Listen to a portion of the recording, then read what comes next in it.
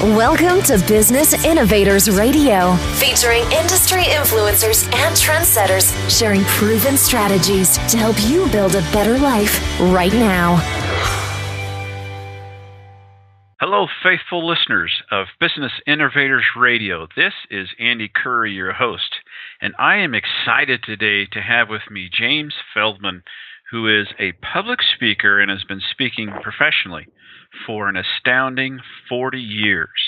Now, the content he's speaking on is business-to-business related, and as we speak to James, we're going to get more into that. And James also speaks internationally. He is based out of Chicago. He has written 14 books and is finishing 2 now, and they're about to be published, as I understand. So, James, welcome to the show. Thank you. We are really pleased to have you here today. Now, I want to start out by asking you to tell us about your speaking business, the groups you speak to, and what goes on when you do all that. Well, typically the groups I'm speaking with are companies that are struggling with the business as usual mindset. Corporate America today is very clear in the penalty that is put upon somebody for failure, but not very clear on the reward for achieving things. And so the first thing that I try to tell these companies is that you've got to permit a certain level of failure, because failure leads to success. Failure is actually the second cousin of success. And the second part of it is that while everyone talks about innovation, you've got to come up with an innovative blueprint that steps through the minefields that have been created by business as usual, so that you can come up with an enduring solution that typically impacts the bottom line, that creates enduring client relationships, and retains their employees.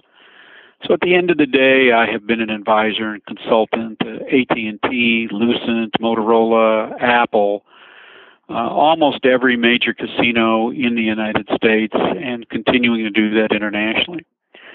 So I basically tell people, if you're not ready to shift your life, then shift will happen whether you like it or not.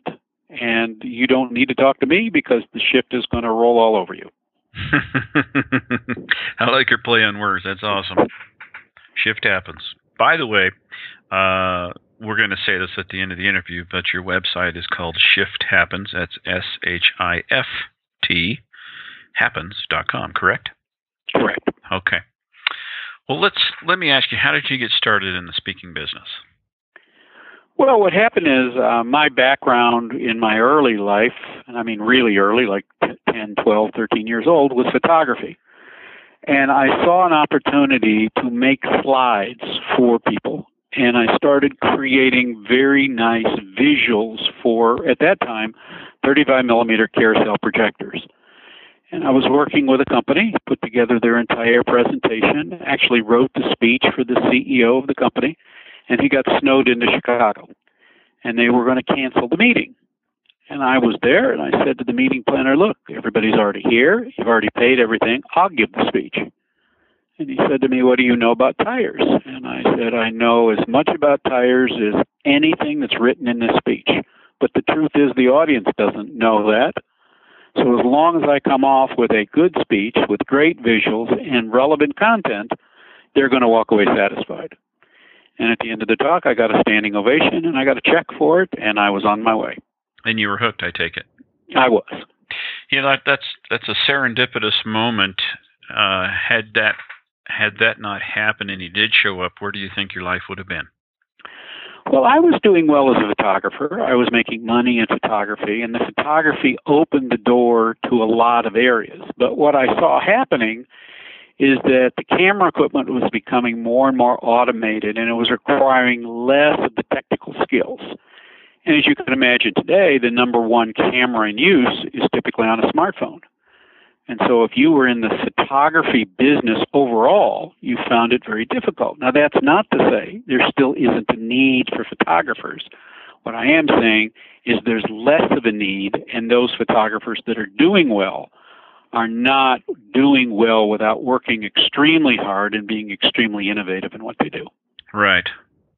Yeah, the more rampant that technology is, I think the harder it is on them, wouldn't you say?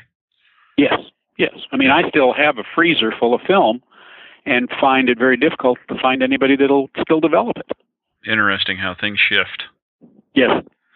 Now, you've spoken at a lot of events. What event sticks out in your mind where you felt you really made an impact on the audience? Well, I think that's a singular event. It was in Canada, and they hired me to do an entire day on several topics.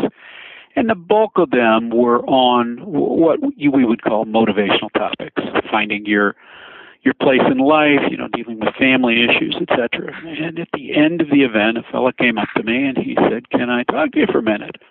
I said, "Well, I got a lot of people waiting here." He says, "I'll wait." And he waited for about 45 minutes. And I saw that he really wanted to talk to me, and he says, "Would you mind stepping outside with me?" And my antenna went up and said, "This is probably not a good idea for me, but okay, I'll go ahead." We walked toward a pickup truck, and he just stood by the pickup truck. He says, "I want you to look inside." So I looked inside, and sitting on the seat was a gun laying on the seat. And I said, "Are you trying to sell it? I mean, what's the story with the gun?" He says, "Well, I was going to use it." He said, "I don't have a very good life, and I just was kind of thinking today was my last day, and you've changed my mind, and you've given me enthusiasm, and I'm going to go home and try to work things out." Wow, what a story! And I was very moved. I was very moved by it, and I worked with him and sat down with him for about another 2 hours that night. Turned out that he owned a very small business. He had 5 employees. They'd all been with him for over 20 years. He'd been married for almost 30 years. He had a couple of kids. And I looked at him and I said, "I got to tell you, you're better off than 95% of the people that are in this room. You got a job, you got a wife, you got a family, you got friends. I don't understand." He goes, "Well, I just don't feel like I'm being meaningful. I don't feel like I'm leaving a legacy." And so we actually had a meeting where I went to his house and I met with his family, and we sat down and we sort of told them what was going on in his head. I asked each one of them how they felt about the father, and they started saying things that they had never said to him before. And the issue was that he came from a family that didn't communicate. So that was his upbringing. So nobody said, "I love you." Nobody hugged each other. There were no kisses, that kind of high fives. Right. And that was really the dynamic change. Now, how long ago was that? That was about 10 years ago, and I get a card from them every year, and I've stayed in touch, and they're very happy. And they basically have. I say this laughingly. I mean, they put up a statue of me in their bedroom, but I changed their life. There was no two ways about it. That what an incredible story that is, and what a move that had to just the chills that should have given you when you helped that family. That's awesome. I mean, there's no question. You don't know the impact that you have in an audience. And so one of the great life lessons I learned came from the comedian Buddy Hackett. We happened to be on an airplane ride together for about 4.5 hours. And his best piece of advice to me as a speaker was, don't check your emails, don't answer your phone, don't do anything for at least 2 hours before your speech. Anything that's coming in can wait, and anything that's coming in may be bad news, and that's going to affect your presentation, and your audience is going to know it. I've not heard a speaker say that. I've interviewed a lot of speakers, and that's really good advice. It really has proven to be very valuable, because then you stay focused. Right, and really, your thoughts, even just the smallest thought, can just taint the way you feel. There's no question. It doesn't take much. Now let's talk about your content here. I want you to elaborate on that some, because you do a lot of business-to-business speaking and such. So let's give the listeners a feel for what you do and how you can help them. Well, the first thing is I refer to myself as a coach rather than an expert or a consultant, although everyone likes to use the word expert. And I think that an expert is a specialist. And I think an advisor or a coach becomes a deep generalist who has a very broad perspective. And so I try to share those perspectives from all the companies I've worked with. So although I may be talking to, let's say, Apple, I may come in with some insights that I glean from Toyota and Vidal Sassoon and Hewlett-Packard and Motorola. And you think of an expert as someone for hire. I think of myself as a coach that has selfless independence, and I try to balance client devotion with objectivity and detachment. And so I'll say to someone, don't hire me if you're afraid of what I'm going to say, because I'm going to say it like it is. Mm-hmm. And I think, I'm sorry? What's the, I'm when you say that to somebody, I'll bet there's a few moments of silence, right? There is. There is. I mean, and what's the typical response you get from that? The typical response is, well, how do we put a muzzle on you? And my answer is, you don't.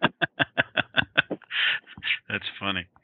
I mean, I spent a lot of time learning their language. I mean, here's one of my favorite examples. I got hired by the Cremation Association of North America.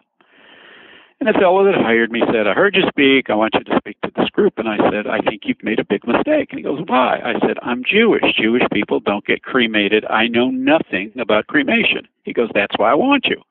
I want a fresh perspective. And you're wrong. Judaism permits cremation. The Reform Judaism has accepted it. I said, well, I didn't know that. So I spent 100 hours working on a 60-minute speech. No kidding. I went out and interviewed. I made physical visits to various funeral homes and crematoriums and talked to funeral directors, etc. And I learned their language. I learned their pain points. I understood their business better than they did. And somebody said, well, why did you do that? And I said, because my guess is that most of the speakers to this industry are from the industry. If I have an outside perspective, then I can synthesize and bring big picture thinking to the table. Right. And I was right. I ended up getting 14 engagements out of that from various organizations within the death care industry. No kidding. That's fantastic. Well, that's a lot of time to spend on that. I've seen some actors in the Hollywood industry who say they take months to go learn about whatever character they're going to depict. And because they want to really come from where that character came from, understand the nuances. And so you've done the same thing, but only, for people you're working on. Well, I think there's two great actors that kind of typify that. One is Meryl Streep. I mean, when Meryl Streep gets into a character, within a few minutes, you forget it's Meryl Streep, and you start to believe the character. And if you look at her body of work, they are so diversified that you wonder how she can do it. And the other one for me that does it that well is Jack Nicholson. I mean, you see Jack, being humorous in something like Bucket List, and then you see him almost in a villainous Machiavellian role when he played the Colonel in A Few Good Men. Yes, true.